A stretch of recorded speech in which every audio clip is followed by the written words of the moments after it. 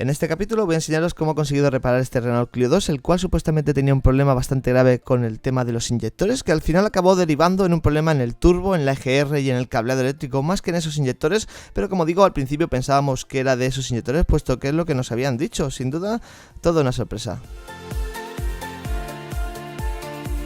Pero si os parece, empecemos primero con un poco de historia sobre este Clio. Seguramente ya lo habéis visto en el canal antiguamente, si lleváis bastante tiempo aquí, y si no, pues es la primera vez que lo veis. El Clio lo que tenía era rota el retén de la bomba del agua, con lo cual pierde agua, todavía lo hace, y hay que hacerle la distribución, y al llevarlo al taller lo que hicimos fue también hacerle una pre-revisión de ITV antes de arreglar nada, puesto que en breves tendrá que pasar la ITV. Digamos que todavía tiene ITV, pero que tendría que pasarla. Como veis en el bote del agua, pues no hay nada de agua, pero es que, como digo, la tira directamente, es decir, tú le echas y cuando arrancas el coche, la empieza a tirar por el retén de la bomba del agua y acaba vaciándose todo el circuito de refrigeración. Aunque, como estaba diciendo al principio del vídeo o del capítulo, lo que nos dijo el mecánico fue que daba gases muy altos, es decir, los gases del escape salían con mucha contaminación y supuestamente, según el mecánico, seguramente era cosa de los inyectores y por el precio que iba a costar arreglar todo y encontrar el fallo en caso de que no fueran los inyectores y pudiera ser, por ejemplo, el catalizador o cualquier otra pieza del coche. Todo esto sin haber mirado prácticamente el coche, por lo que me da a mí a entender, puesto que si lo hubiese visto un poco, como vamos a ver más adelante en el vídeo, hubiera visto muchos de los fallos que realmente sí tiene el coche y no los que nos estaban prediciendo, ¿no? De empezar a cambiar todos los inyectores sin todavía siquiera haber comprobado si estaban mal o si estaban bien. Pero bueno, como estaba diciendo, es un 1500 DCi de Renault, el cual tiene turbocompresor y al parecer no funciona del todo malamente, pero sí se enciende pues una especie de lucecita de fallo, como si fueran la luz de los calentadores constantemente encendida. Tengo que decir que en estas versiones de Renault, cuando se enciende esa luz de los calentadores constantemente, significa que tenemos un fallo de motor, es decir, es el testigo de aviso de fallo de motor. Pero bueno, quitando eso, el coche funcionaba bastante bien, pese a que en marchas cortas y en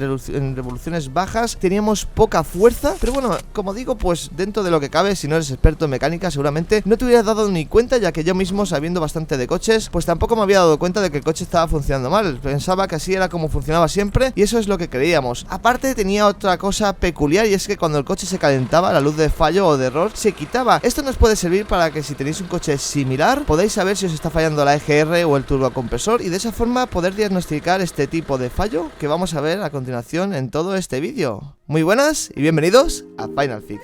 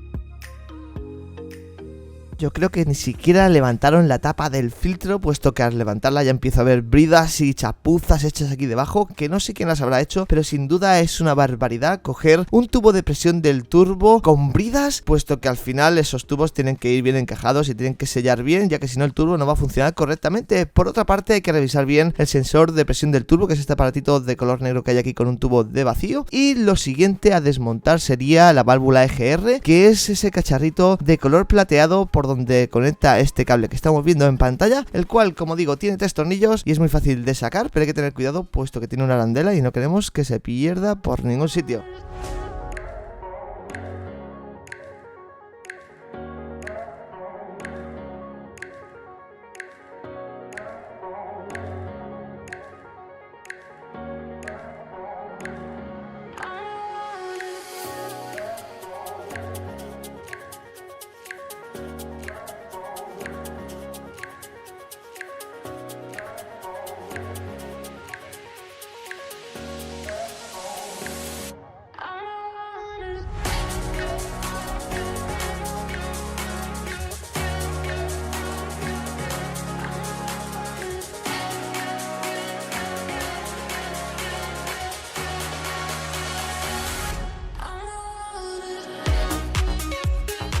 Y ahora sí, ya lo estamos viendo, una vez que hemos quitado la EGR podemos ver todo el meollo que hay aquí formado en el motor y como estáis viendo ya pues está todo bastante sucio, pero aparte es que la EGR seguramente no estaba funcionando puesto que había un cable partido en el conector que va a la EGR y eso significa que es imposible que esta funcione. Aparte vemos más bridas en la zona del conector de presión del turbo o de la admisión del turbo, así como el turbo tontero rociado de aceite, que eso significa que ese turbo está perdiendo por ahí y no está cogiendo presión, con lo cual el turbo está fallando y no está funcionando.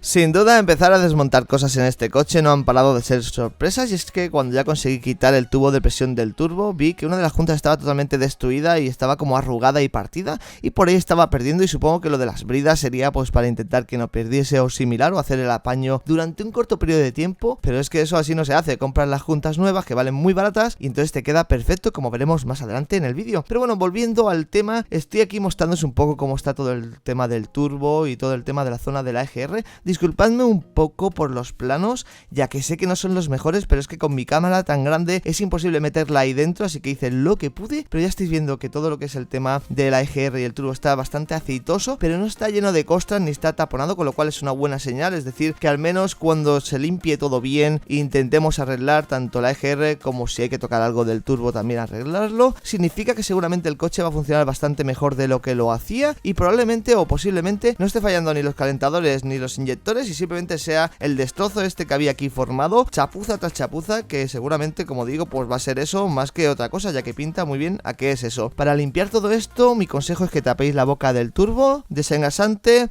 o si no, limpiafrenos y mano, mano y mano.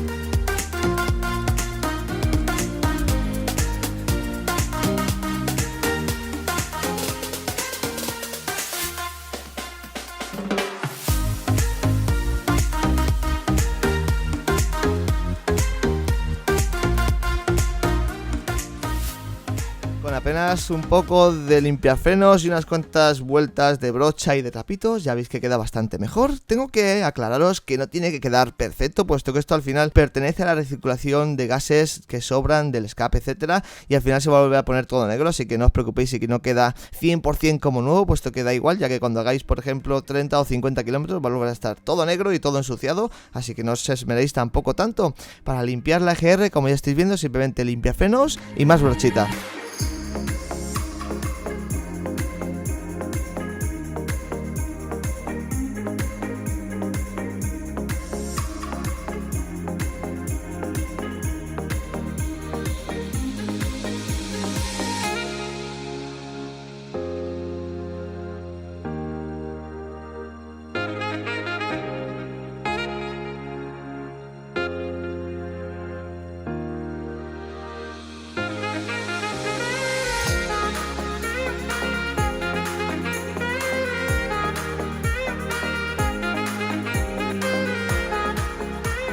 Un buen consejo, como ya habréis visto, es utilizar limpiacontactos para los contactos de la EGR, así como un poco de aceite multiusos para el conector de plástico, para evitar que se reseque, y también es bueno taparlo un poco toda esa parte eléctrica cuando echemos el limpiafrenos, pese a que en teoría no le afecta, yo prefiero taparlo para evitar cualquier tipo de problema, pero como ya estáis observando, la verdad es que queda todo precioso, queda todo bien limpito y no como estaba. Como he dicho hace un momento, tampoco tiene que quedar 100% como nuevo, puesto que al final todo eso se va a volver a ensuciar en apenas semanas, pero bueno, volviendo al tema, a un tema un poquito más importante, que sería el conector este que estaba partido. Voy a enseñaros paso por paso cómo se puede reparar un conector de estos sin siquiera comprar un conector aparte y sin hacer chapuzas de andar cortando cables y soldando y cosas así, sino simplemente reutilizando los pines que hay en el conector. Para empezar tenemos que quitar una presa o una presilla que tiene, que es esto de color lila en este caso, pese a que en cada conector cambia el color o puede ser del mismo color que el conector, y casi siempre los conectores de coche tenemos alguna presa que evita que los pines se salgan, supongo que por seguridad o similar. Luego tenemos este aislante o esta gomita que supongo que hará pues de aislante para que no entre humedad dentro del conector, lo cual está muy bien, y tenemos que ser bastante meticulosos a la hora de hacer todo esto para no perder ninguna pieza y luego poder dejarlo todo como venía de serie. Para poder quitar los pines se hace como con los pines de la radio, y os aconsejo primero hacer alguna fotito para no perderos y para, digamos,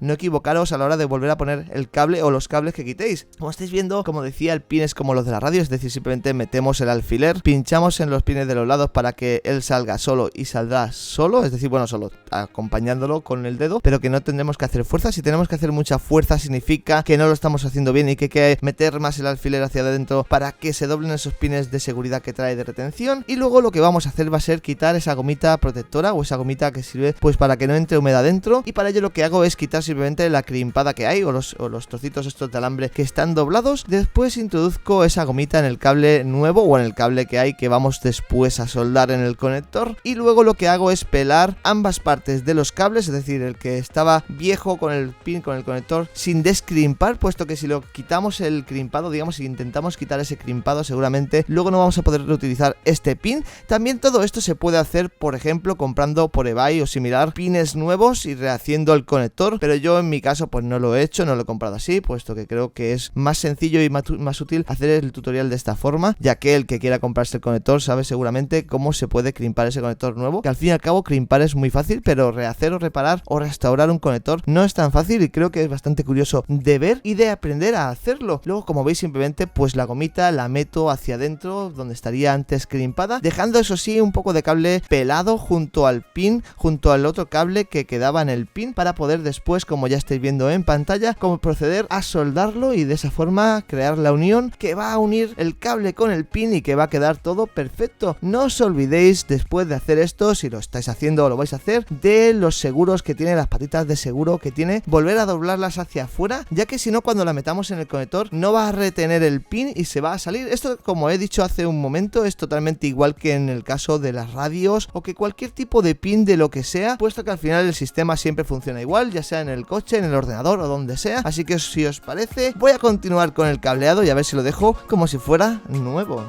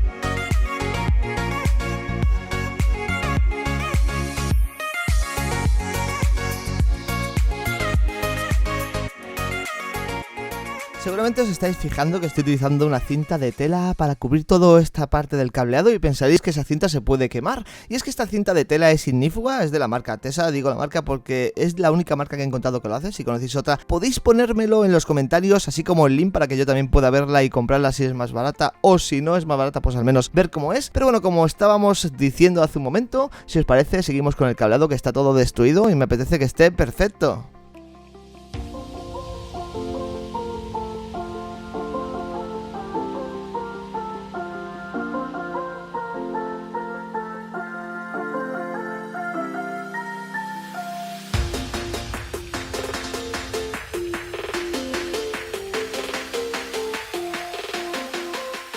Y bueno, la verdad es que tras un ratito esto ha quedado perfecto y es momento de empezar con el tubo de presión del turbo, que como hemos visto antes pues estaba totalmente destruido y había que hacerle algo para restaurarlo y dejarlo perfecto. Como veis, en mi caso solamente he comprado los gaskets, es decir, las juntas, que son estas, y dejo ahí el código por si a alguien le hace falta, y son bastante fáciles de cambiar en caso de que el tubo esté bien. Simplemente pues la sacamos de la bolsa y la colocamos donde iba la anterior y queda perfecta, pero en mi caso, como ya habéis visto, la otra parte del tubo está totalmente torcida y no me apetecía comprar un tubo entero solamente por ese pequeño defecto, y lo que hice fue con un mechero y el destornillador, la cabecita del destornillador, ir dándole forma, y de esa forma lo dejé perfecto, y así cuando pongamos el tubo en el turbo no va a perder presión por ningún sitio, y como veis la junta entra también perfecta, así que me parece genial. Si os parece, voy a empezar ya a montarlo todo y a ver cómo queda todo el coche.